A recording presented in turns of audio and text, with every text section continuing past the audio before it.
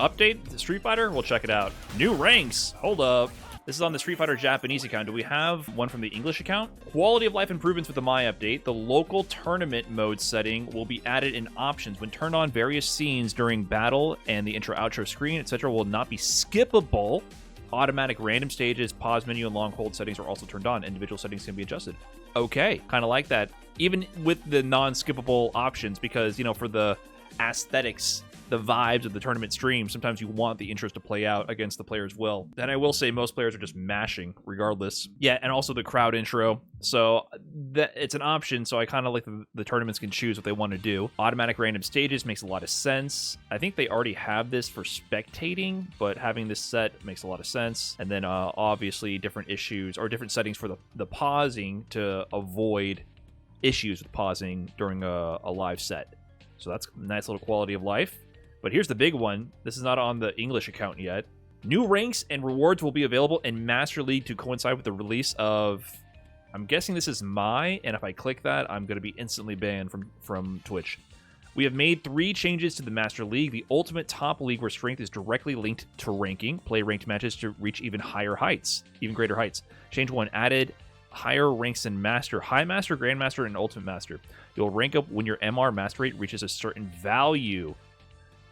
Interesting. Oh, it keeps going. Okay, hold on. Changes to Master Act rewards that can be earned by playing ranked matches with characters who have reached Master status are now available.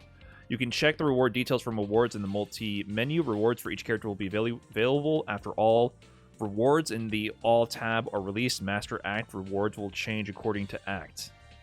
So there's some kind of Master reward system. Okay, are these colors? Unique colors based on your actual performance? Oh, they're finally making this like a real online gaming experience. This makes so much sense.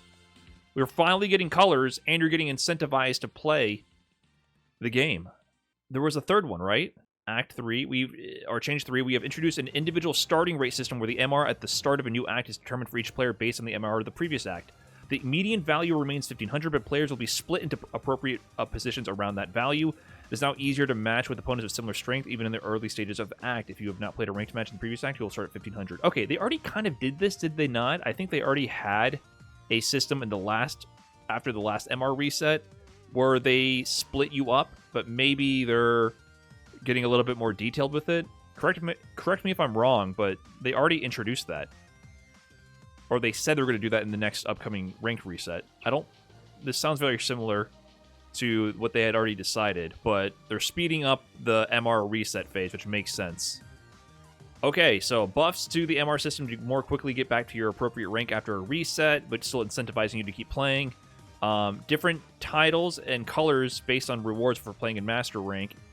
But also, let's see here, Ultimate Master, Grandmaster, High Master. So even in MR, instead of just having the MR and Legend, they're adding more things along the way. So I'm almost wondering if these are still floating ranks that you can lose like Legend is, but in between. So I think this is good because Legend is like too fucking rough.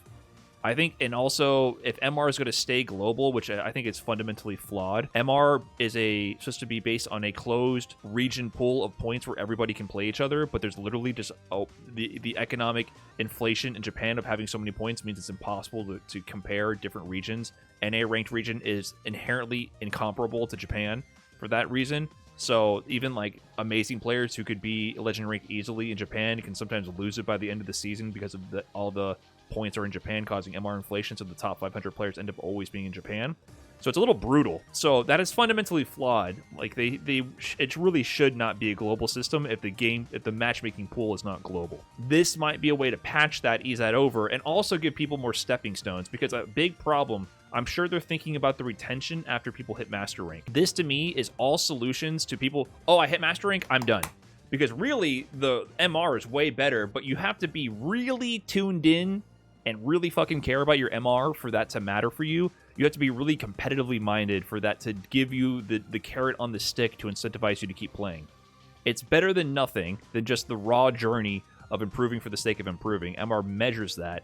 But like I said, that people need a little bit of a dopamine trick to keep them going. So they're adding incentives and finally colors and rewards for people continuing to play. So I'm not sure if these are on this one, the master rewards, these colors they're showing.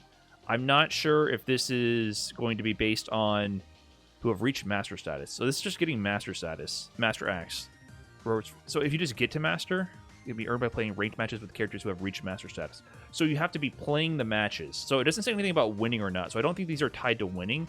It's more about, like, if you are in master rank and you play with those characters, you get the reward. So it's giving you some incentive to log in and play, even if you hit master. And I think that's a big thing. I'm sure if you look at a retention graph, so many people fall off after hitting master rank. It's really brutal for a lot of people who hit master rank. They barely scrape by with like a 40% win rate because the LP system, you gain points more for a win than you lose for a loss. Therefore, with a negative win rate, you can make it into master rank.